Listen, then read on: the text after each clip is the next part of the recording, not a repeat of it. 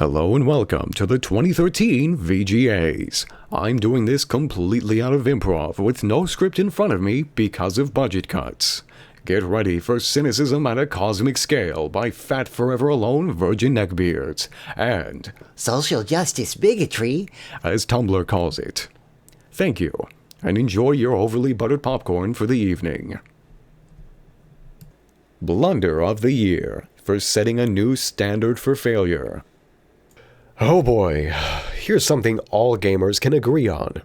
Not that their pathetic opinions mattered. What is there to say about this unholy abomination of a game that hasn't been stated in the past? The game was a blight amongst the face of video games due to its incredible glitches and unbelievable technical problems. Amongst this list includes such issues as cars leaving from work from the top floor of a skyscraper, citizens trapped in an endless vortex of people, and taking the most direct routes to and from work regardless of traffic issues. We could go all day discussing them, but we'll let you search up some stuff and find out for yourself. Oh, and of course, the fact that the game had been forced to be always online, but its servers on launch were deader than Mega Man, is to Capcom. EA blew their anticipated revival of this SimCity franchise, and it wins the Blunder of the Year award for 2013. Shareholders Award for betraying your own industry. Fool me once, shame on you. Fool me twice, shame on me. Fool me 3 times, and god damn it, Microsoft! We already went over this. You can't just shove mandatory always online DRM on people.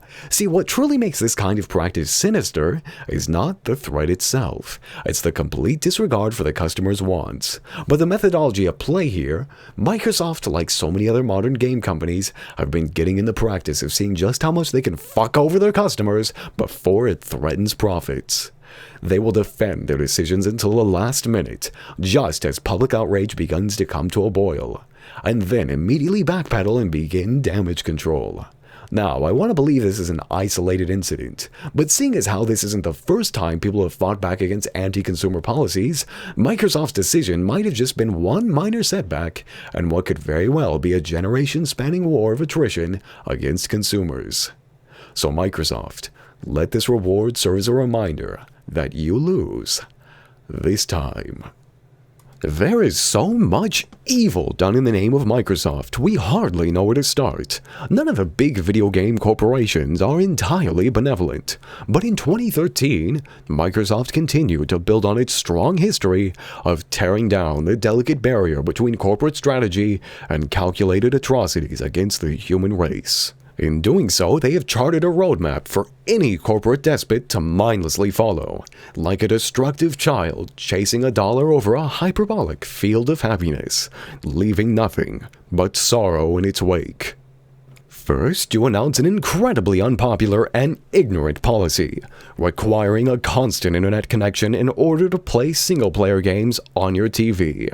Then, after the river of consumer tears has sated the dark entity that toils beneath your headquarters, you announce a repeal of said policy to placate the fans, leaving yourself a nice wedge with which to shove it back in whenever Yogg-Sothoth stirs once more.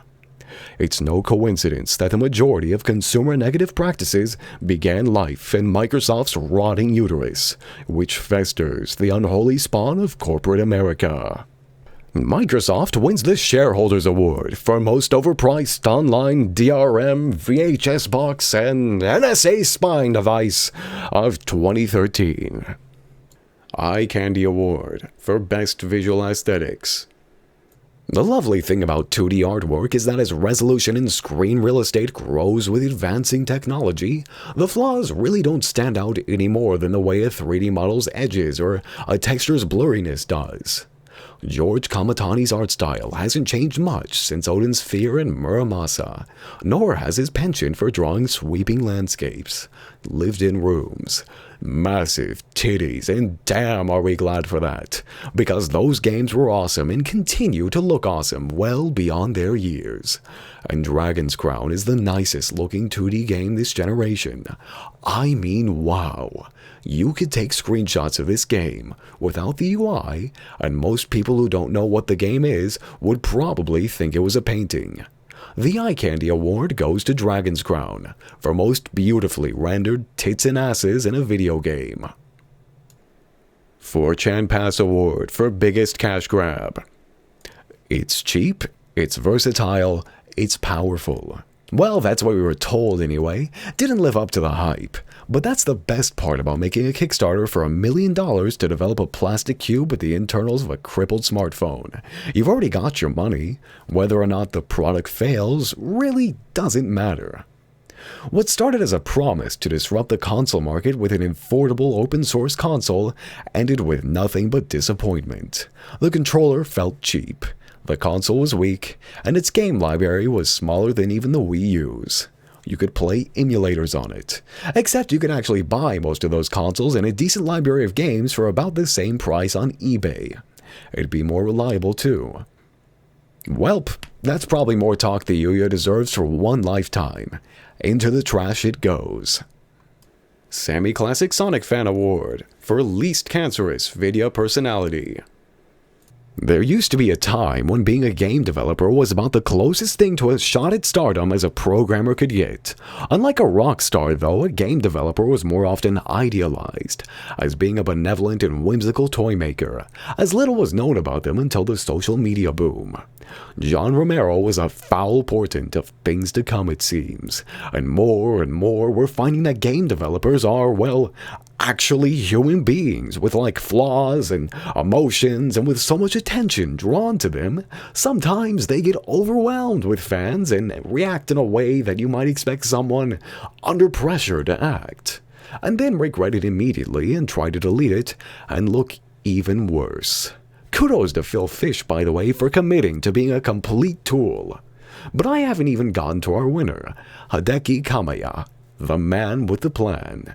This guy is kinda like Phil Fish, only he's actually made a ton of really good games at Platinum, such as Beautiful Joe, Bayonetta, and the wonderful 101.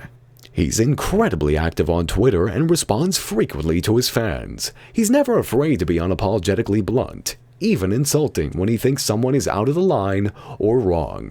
But just as often, he's very candid and responds quickly, to the delight of many of his fans. So how can anyone really hate the guy? We think he's pretty chill and doesn't take shit from anyone.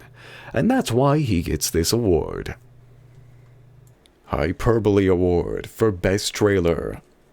Okay, yeah, enough of that hot air.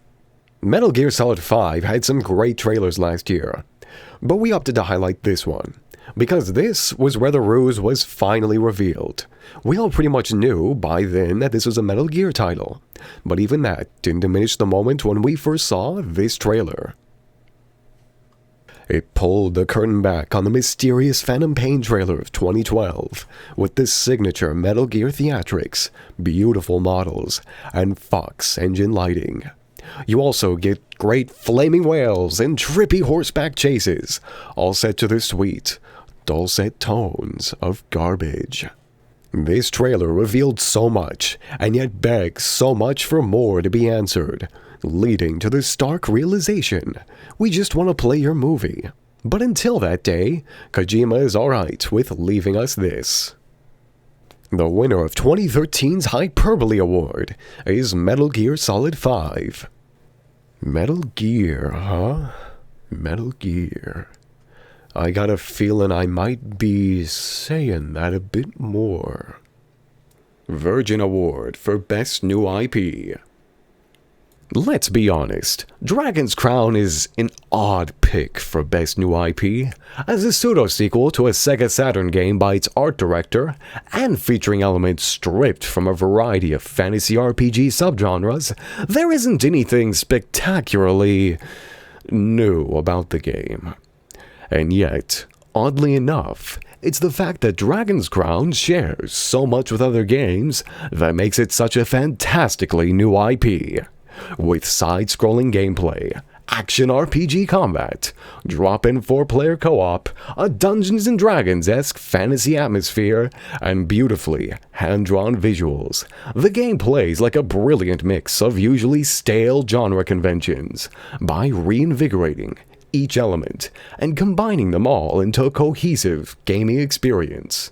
Dragon's Crown has performed the miraculous task of crafting the new from the old. As best new IP, Dragon's Crown reminds us of the best that fantasy RPG gaming can offer, while also delivering innovations the genre is still capable of. It's not The Last of Us, and it's not Papers, Please.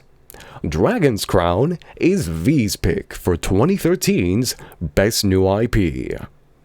Reading Rainbow Award for Best Writing.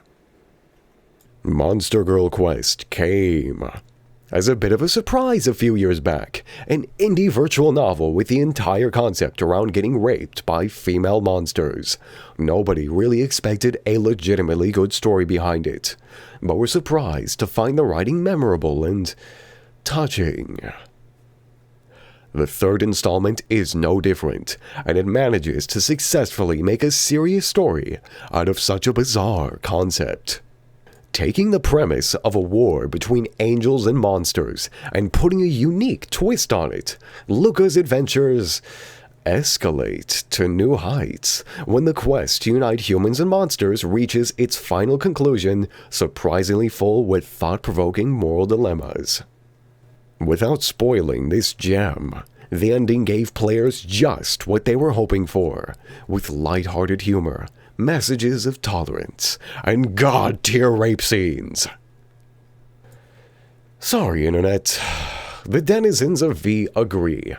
This hot mess has a better story than the Stanley Parable and The Last of Us combined. Monster Girl Quest Chapter 3 wins Best Writing of 2013. Golden Voice Award for Best Voice Acting Performance. As a voice actor with an impressive skill set, Nolan had the usual fare of being the I'm in everything ever actor for 2013. With performances as the Penguin in Arkham Origins, Dota 2, The Definitive Deadpool, and all the like, he's got an IMDb page for 2 scroll wheels. 2013 saw him shine in Naughty Dog's The Last of Us as the chilling character David. His performance here was a large departure from the standard Naughty Dog heroic everyman persona. We saw Nolan become a man so very cold, very disturbing, and very believably an ugly product of that harsh universe, all sold by and large by Mr. North's impactful portrayal. To top it all off, we played it and really didn't even know it was him at all. But the real reason Mr. North wins the Golden Voice is for arguably the greatest casting choice in all of fiction.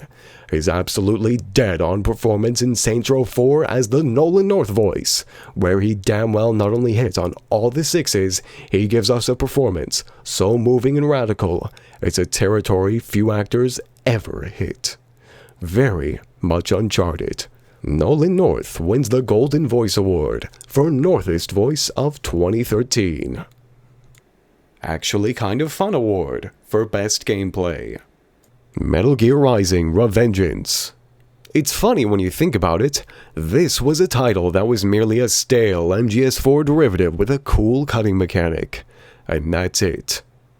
After giving it to Platinum, Rising fully embraced its nature with their signature sense of action. As an action game, Rising sports a prominently defensive style of play, prioritizing parry mechanics and rewarding well-timed maneuvering with a satisfying Zandatsu cut that fully recovers your health. That may sound like an easy mode feature, but the game soon builds around the necessity of it, with battles becoming long, furious button-mashy endurance runs that turns our hands into caramelized butter. And the boss battles,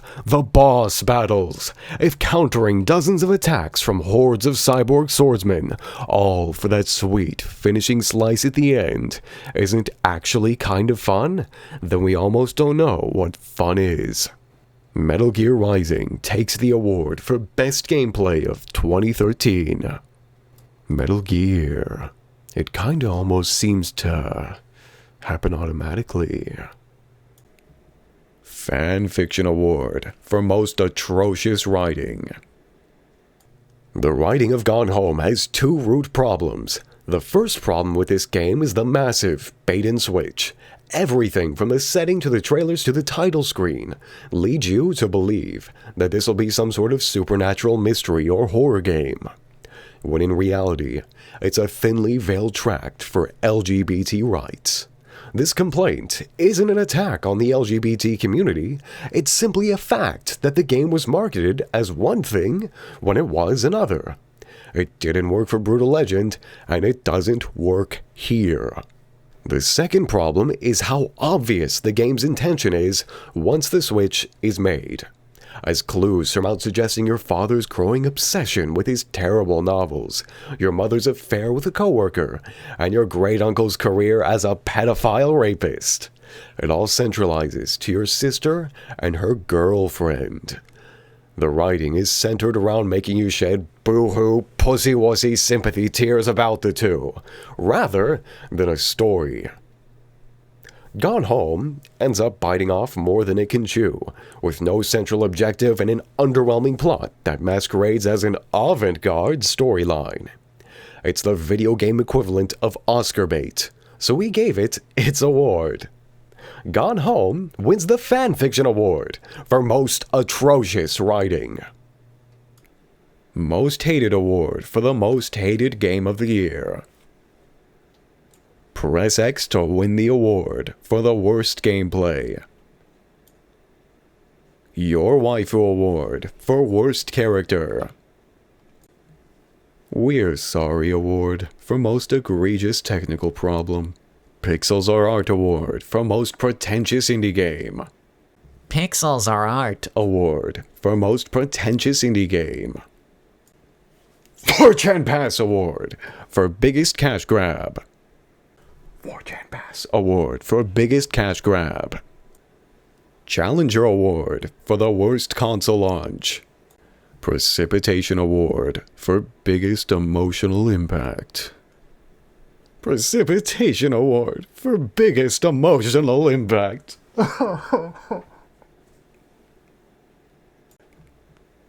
Precipitation Award for biggest emotional impact. Plot and Backstory Award for the best representation of women. V Grammy Award for the best song from V the Musical. Least Worst Award for the least worst game of the year. Actually Kind of Fun Award for best gameplay. Doom Guy Award for best character. Not in Another Castle Award for a great sequel. Not in Another Castle Award for a great sequel. Golden Voice Award for best voice acting performance. Cranky Kong Award for best soundtrack. IP Twist Award for best new implementation of an old franchise. Eye Candy Award for best visual aesthetics. SammyClassicSonicFan Award for least cancerous video personality.